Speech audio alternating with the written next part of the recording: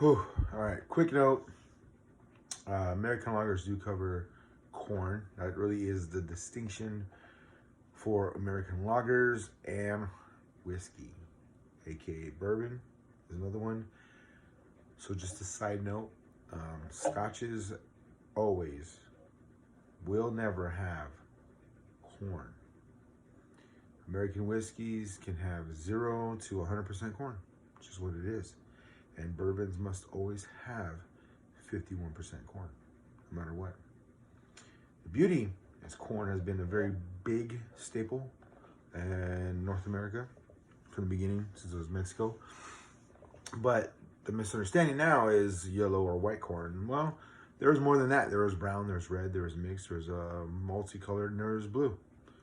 And those were all pretty sure native to America, most of them, which is at the time Mexico. So basically from the middle of America all the way to the west coast, yeah, it was normal, all the way down to Mexico. So the beauty is going through New Mexico is one of the places they understood this, did this, still practice this. Some do tortillas, some just do other things. They don't have what they would consider perfect corn, because corn, you want it fluffy, you want it stringy, you want to make popcorn. And marketing has really driven it to what it's not supposed to be. It was just to get you to buy the more cheaper product. Good products are not always easy to work with, but they always offer a good consistency of flavor and texture. Now, you may not be able to do everything with it you desire. It just does what it's supposed to be. It's supposed to be different. It just does what it does. In a nutshell, I'm happy to present this one. So, Still Bender. This one's Compa Blue Corn Lager. I'm very excited. I've had blue corn bourbon or whiskey. What's it whiskey? Balcones is whiskey. It was amazing. And Husk. I can't think of the name right now. But that guy, he's in North Carolina, but he understands the heirlooms, and he's trying to bring back red corn, which is native to America. So the Native Americans, period, because there were black ones, there were light ones, there were tan, there's straight hair, curly hair. Native American has a very stereotypical concept in the modern America, and it was not that. It was literally a variety, but one thing in common is all of them had some kind of color. Yeah, because they were in the sun. Always outside, always doing something. They always had a tan. And the one thing that we don't realize is a lot of their food is still available to us, but it got removed over businesses. So my awareness is, please do support blue corn, do support red corn, not just yellow and white. There's more corn than that. They don't have high sugar content, is what is the number one thing that they want to sell to you. You don't have to have sugar. You can just have good old complex flavor and variety. Variety is beautiful. Love it. So this one is a focus on the New Mexico blue corn. It is in the village of Los Ranchos, the Albuquerque, New Mexico. Crisp, clean, bready, and cold. So bready is when it seems too much body of the, I keep forgetting to use that term. Bready is just the heavy maltiness from it. Bread we think of as, oh, it's fluffed up, it's baked. But the real flavor is just the heavy beautifulness of the actual grains that are in it. Straight up. So bready is a common monk term in some of the beers, and they used it because when they were fasting, they couldn't really eat, so they'd have a beer or two here and there. They weren't trying to get drunk. It was just all the grains were in it, and you can have grains, you can have like nuts sometimes, depending on area, religion, all that stuff. But the point is, fasting, you don't want too many impurities, so usually you stick with some kind of grain, maybe some nuts and berries. Very light food. It just kept your body sustained and not from shutting down while you're doing the purification. I don't recommend it. Yeah, there is other things, but it's beautiful color. It's the whole point. On my side, it's really golden. It seems like to have a lot going on, a lot of bubbles. It does smell crisp. It smells golden. It has that maltiness. I don't know if it's from the corn, just the recipe or whatever, but definitely there's some grain in there, and whatever the cells give off, build it up and makes it like bready, but wet bread. I don't know if you had wet bread, but It's still the same beautiful, rich heaviness of the grain. It's just not dried out and light. It's more condensed and heavy and wet and moisture. Just beautiful. Oh, it's just amazing. It's like drinking the corn and you feel like you're right there next to the corn going, thank you, corn. That was amazing. He goes, don't worry, I got you. I'll be here next time. It's just psh. Has a subtle grain sweetness, a definite deep body, which can 100% be bready.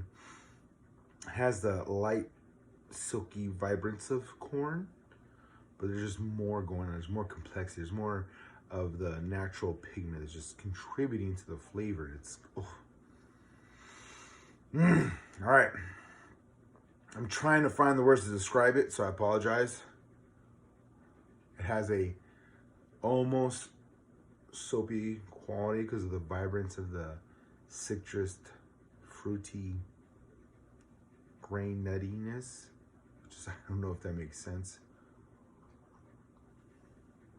Basically, the natural sugars and all that stuff together is so vibrant and abundant. It's almost overwhelming, but it's stopping at the right moment. Like I'm getting it, and it's like, oh, almost too much, and then it just, don't worry, we're gonna chill together. So I'm hoping that's a very good description. I would love for somebody to try and be like, man, I get that. That little, it's like a whirlpool, tornado, whatever you want to hurt. And then it slows down, but the flavor just keeps going. You get that beautiful corn finish, beautiful bready grain mellowness, and the booziness. It's not strong or anything. It's just, it comes all together. And if you're paying attention, the alcohol, fruity, and sweet are very similar. The fruitiness is just the natural concept of sweet through, because anything that has a seed in it is a fruit. So cucumber is savory, but it's a fruit. Strawberry has seeds, it's a fruit. Corn, each one has a seed, technically, it is a seed, and that's a fruit. And from that, you can grow more corn. So from that has natural sugars, but then when you make it into alcohol, since alcohol is an energy, it can come off as sweet. The flavor from the fruit doesn't have to have the sugar. If you're able to strip the sugar away, it still tastes as if it's sweet. So it starts to go into that sweet and then go right back into savory, bready, maybe a little nutty, corn, and then that's where it's at. So that's the best way I can put it all together, because that's what you're trying to do. When you tell somebody and you're like, all this information hits your head, like, it's good. But why is it good? And that's what I'm trying to give you, and I hope I gave you why it's good. So that when you go for these beers, you know why you want them, what's going on in them, the ingredients in them, and that's why you can get somebody else. Because it's hard, wine itself, liquor, when you get somebody, I don't like tequila, and they know that, that's cool, but to really break down the flavor profiles of, well, if you like this, you'll like that. But beer, because of the hops and the grain complexity, you can easily miss somebody every time and then not realize that if you tone down the hops, they can enjoy it with you. That's all it is. The hops is there. It's not abundant. The complexity of the corn, sugar, alcohol, the crispiness, and the breadiness can definitely be a factor. I can see most lager people liking this, especially if you're not happy with just lagers. Like, I want a little more, but I'm not big on pale ale.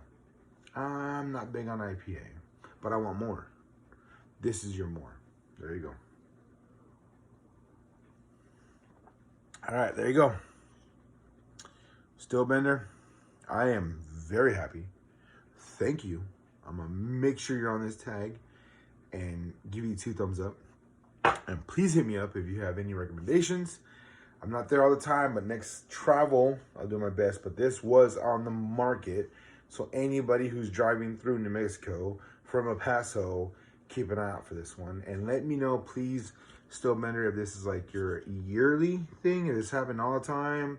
So if I ever have a reason to go visit my girl's family or whatever, like going towards California, I will grab some to go. So thank you. Appreciate. Hopefully, it's something that you can really, I see that. I get that. And then you can decide yes or no. Do I want that or not? Am I all the way a lager, or I'm just not feeling that blue corn? If not, and you're not sure, just try it. But for now, do be safe. Drink safely. Thank you for checking me out. Hopefully, I helped inform you to make a good decision. If not, we'll try the next one. But until then, have a good evening.